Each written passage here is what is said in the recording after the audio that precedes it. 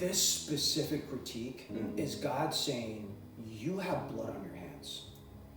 And generationally, you have blood on your hands. Like this name Jezreel, it means God sows, and it's a play on words. Because this King Jehu slaughtered all these innocents in the valley of Jezreel on his way to power. With his like what? Megiddo is Yeah. what it's supposed to be, right?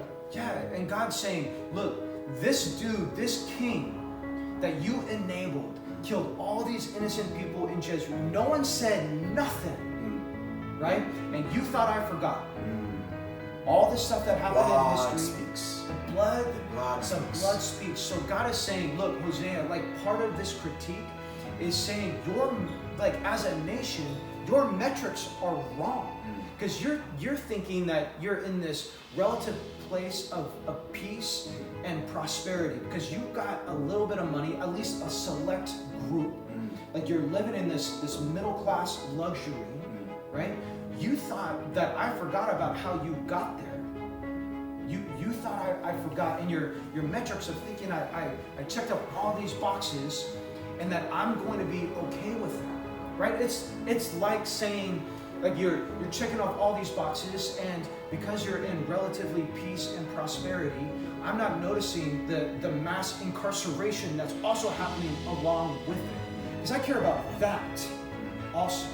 You can't just remove this part of your society, highlight this part of your society, and say that America is great. You have created a false sense of worship. Exactly. When you have all these issues on the other side.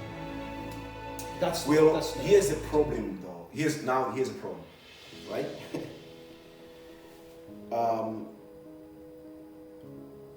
The church, and since we're in America, the American church is in bed with power, empire.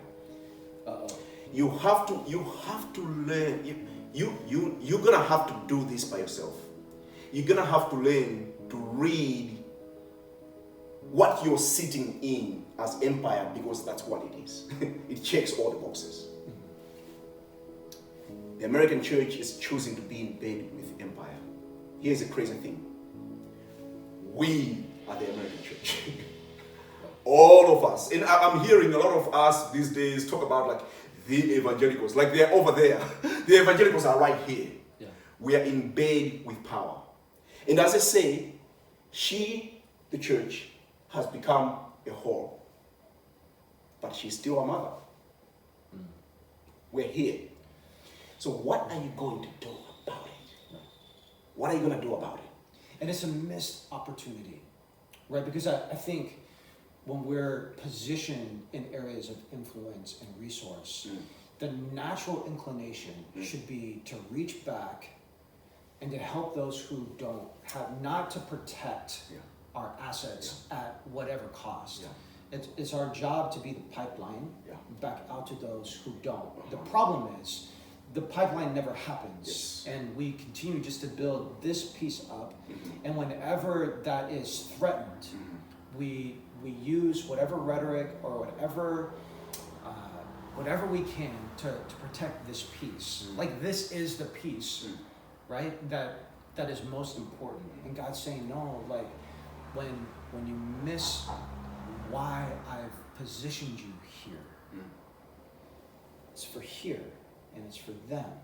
That's when things go sideways. So, this semester, if you are our church, if we are on this journey together, I don't know how you do your planning, I don't know how you do your strategizing, but we would like to encourage you to consider what it looks like to undo your little path to upward mobility.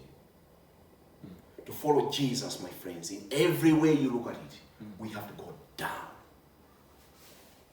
We have to go down. We're not going up. We're not doing upward mobility stuff. We got to go down. So what might it look like for you to go down? Right? What might it look like in your schedule for you to go down? In your planning, for you to go down. In your finances, for you to go down. I'm not talking here about like hiding behind the program of the church. That is another way to go up. You know what I'm saying? I'm talking about you personally and then us collectively. What does it look like for us to see with the eyes of Jesus again? Mm-hmm. What does it look like for us to see the poor and the oppressed again? Mm-hmm. What does it look like for us to stand there until it hurts? Yeah. You're going down. If you want to find Jesus, he himself said, and sometimes we say, whenever the Lord, when I stand before the Lord one day, well, when you stand before the Lord one day, the Lord has already told you what he will ask you. It's in Matthew chapter 25. He will say, what did you do for the least of this? What did you do for the people that were pushed? What does it look like for you to schedule a going down party? Yeah. And not to give away the end of the story, yeah, but we know that Hosea points forward to a much greater Hosea. And some people say, I did read this, that Hosea chapter 3 is the greatest chapter in the Bible. Ooh. Which is saying something. Ooh. But we know that as... It is short and sweet, really short. It's like 6 verses. You should read it. But we know that Gomer steps out and finds herself somewhere along the way on the slave auction block. Mm. And God comes back to Hosea and says, look, you go and you love your wife again, the word is again, and you go and you buy her back.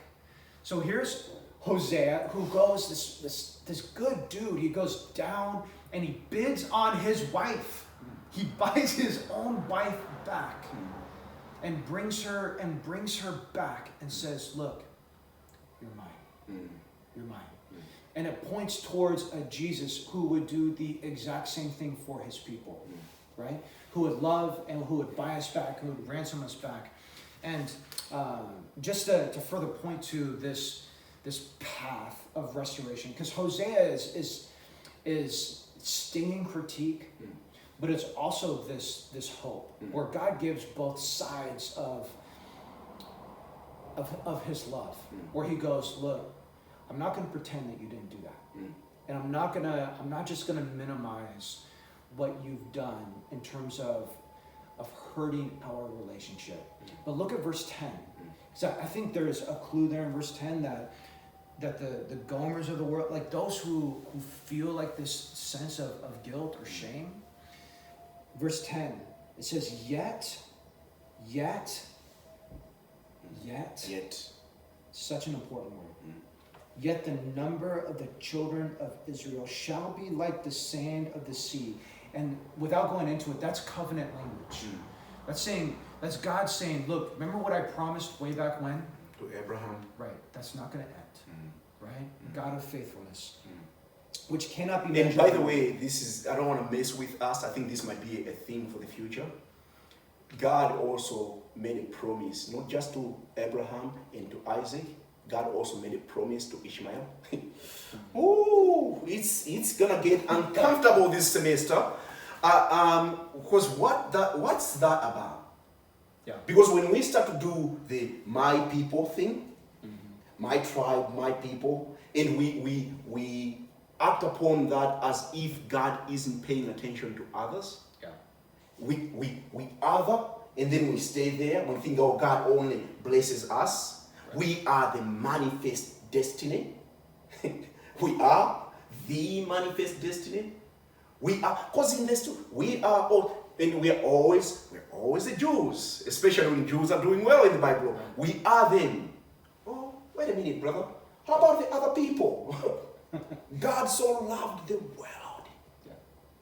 That's a lot to unpack. And we're gonna get to it because these prophets, for some, they just go through like everything. Yeah. Right? Yeah. We're gonna get to that. We're gonna get to that. Back to verse 10. It says, "Yet the number of the children of Israel shall be like the sand of the sea, which cannot be measured or numbered." And in the place, and I love that, the theology of place, and we'll come back to that, like you were saying. But the location, the geographic location that God chooses to do ministry is important. But also it's metaphorical, because he's saying, in the place where it was said to them, you are not my people, it shall be said to them, children of the living God. So you have this place where God brings them back to their place of failure. God brings them back to this place of this is where it all went wrong, and this is where you turned your back on me. And I'm going to bring you back there. I'm going to remind you that you are still my people. Verse 11.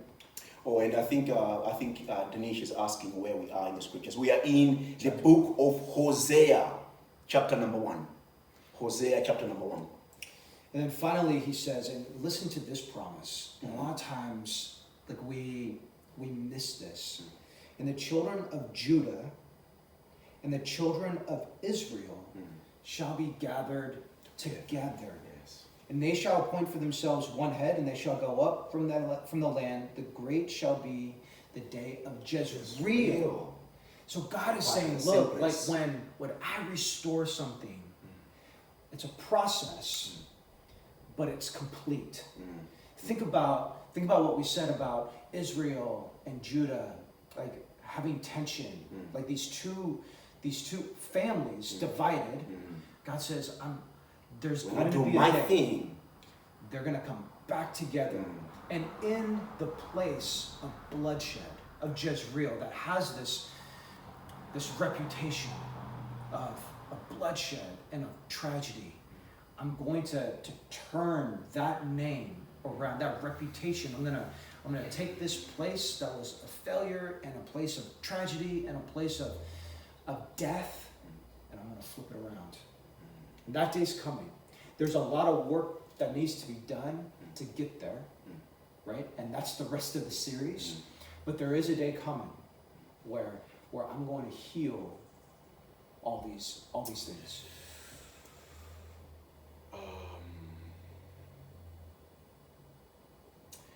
There definitely is a wound that has been caused among us.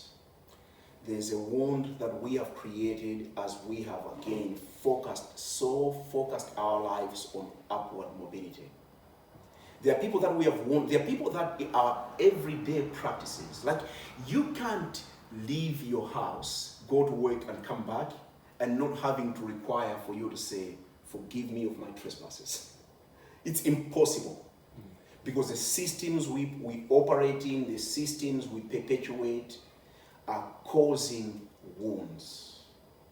I mean, it's like in our lives, I love that the Lord made it impossible for us to not see homelessness. Like, he planted our church right smack in the middle of it. That in itself, metaphorically, is just like unreal.